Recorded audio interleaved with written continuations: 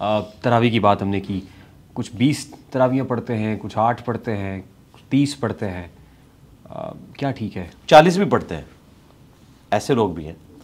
بخاری مسلم میں حدیث ہے، اما عائشہ سلام اللہ علیہا سے پوچھا گیا کہ رمضان میں جو رات کی نماز تھی نبی علیہ السلام کی وہ کتنی تھی؟ انہوں نے کہا بیٹا رمضان ہو یا غیر رمضان آپ 11 رکعت سے زیادہ نہیں پڑھتے تھے، 8 نوافل اور 3 وتر، یہ آپ کا عمومی عمل تھا، کبھی کبھار 13 ہو جاتے تھے۔ پھر سیدنا عمر نے جب تراویح کی باقاعدہ جماعت شروع کروائی جو نبی علیہ السلام نے 3 دن کے بعد ختم کر دی تھی، اس ڈر سے کہ یہ فرض نہ ہو جائے، اس لیے نہیں کہ یہ حرام تھی۔ سیدنا عمر نے اس سنت کو دوبارہ سے زندہ کیا کہ ٹھیک ہے جو لوگ تراویح جماعت سے پڑھنا چاہتے ہیں اور قرآن کے حافظ نہیں ہیں ان کے لیے میں ایک امام مقرر کر دوں۔ صحیح بخاری میں آتا ہے اس کے پیچھے لوگ نماز پڑھتے تھے۔ الموطا امام مالک میں یہی حدیث ہے، اس میں آگے الفاظ ہیں کہ ابی ابن کعب اور تمیم داری کی ڈیوٹی لگائی کہ ان کو 11 رکعتیں پڑھائیں، تو 11 رکعتیں ہوتی تھی، لیکن سیدنا عمر نے خود جماعت سے تراویح نہیں پڑھی، آپ وہاں سے چلے گئے یہ کہہ کر کہ اس سے بہتر نماز مرد کی وہ ہے نفلی جو گھر میں پڑھتا ہے۔ آج کی ڈیٹ میں بھی نفلی نماز سنت موقدہ ہوں، غیر موقدہ ہوں، قیام اللیل ہو، وطر ہو، یہ گھر میں پڑھنا افضل ہے ایز کمپیئر ٹو مسجد میں پڑھنے کے۔ تو یہ جو باجماعت پڑھتے ہیں نماز تراویح، جی سنت ہے، جائز ہے۔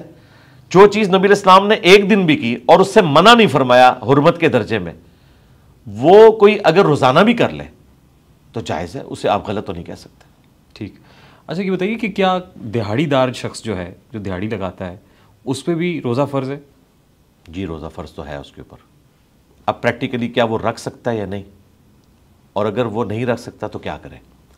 میں نے اپنی زندگی میں کئی پٹھانوں کو دیکھا ہے کہ وہ رمضان المبارک میں رات کے وقت مزدوری کرتے ہیں، دن کو روزہ رکھتے ہیں۔ ٹھیک، انہوں نے اپنی ٹائمنگ بدل لی ہے، انہوں نے خود اس کا سولوشن نکال لیا ہے۔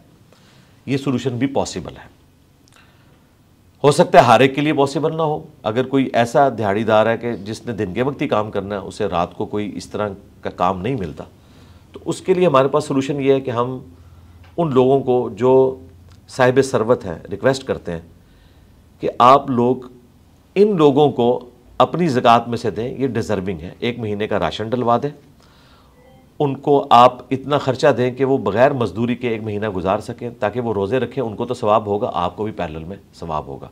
اس کے علاوہ تو مجھے کوئی اور سولوشن نظر نہیں آتا، کیونکہ ہم ویلفیئر اسٹیٹ میں تو رہ نہیں رہے، ہم تو سیکورٹی اسٹیٹ میں رہ رہے ہیں۔ یہاں تو ہمارے سیکورٹی کے خرچے ہی پورے نہیں ہوتے، تو ویلفیئر اسٹیٹ کہاں سے بننی ہے؟ ورنہ اگر یہ ویلفیئر اسٹیٹ ہوتی تو ہم اسٹیٹ سے کہتے کہ ایٹ لیسٹ اگر اسلامک اسٹیٹ ہے تو اس کا کام ہے کہ 1 مہینے کی تنخواہ ان کو بھی دے دی جائے۔ پیکیجز جس طرح بے نظیر بھٹو کے نام کے اوپر ایک پروگرام شروع ہوا ہے، بڑا اچھا ایک پروگرام ہے، اس کے ذریعے غریب لوگوں تک پیسہ پہنچ رہا ہے، اس طرح کا کوئی سلسلہ کیا جائے۔ ادروائز یہ حقیقت ہے کہ ایک مزدور آدمی مزدوری کے ساتھ روزہ نہیں رکھ سکتا، اگر اس کی کوئی بھی ہیلپ نہیں کرتا تو ٹھیک ہے وہ مزدوری کرے، روزہ چھوڑ دے، اور اگر فدیہ دے سکتا ہے روزے کا 1 وقت کا کھانا ایک مسکین کو تو وہ دے لے، اور اگر وہ بھی نہیں دے سکتا تو ٹھیک ہے اللہ تعالیٰ کی طرف رجوع لائے، اللہ تعالیٰ گیون سرکمسٹانسز میں امید ہے اس کے ساتھ درگزر کا معاملہ فرمائے۔ ٹھیک ہے۔ جیسا کوئی پیشنٹ ہے ان پرٹیکولر ڈائبیٹک ہے، شوگر پیشنٹ ہے، اس کے لیے گنجائش ہے؟ پیشنٹ کے لیے تو قرآن میں آیا کہ مریض اور مسافر یہ روزے کو چھوڑ سکتا ہے، بقیہ کے دنوں کے لیے مؤخر کر لے، بعد میں اس کی گنتی پوری کر لے۔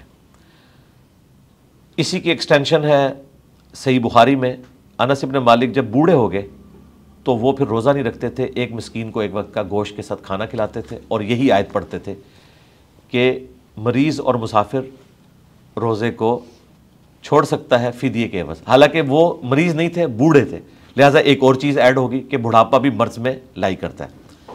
اسی کی مزید ایکسٹینشن جامع ترمذی اور ابو داؤد میں ہے کہ نبی علیہ السلام نے پریگننٹ عورت اور دودھ پلانے والی عورت کو بھی اپنے روزے مؤخر کرنے کی اجازت دی ہے، یعنی وہ بھی مریض کی کیٹیگری میں فال کرے گی، وہ بعد میں روزے رکھ سکتی ہے۔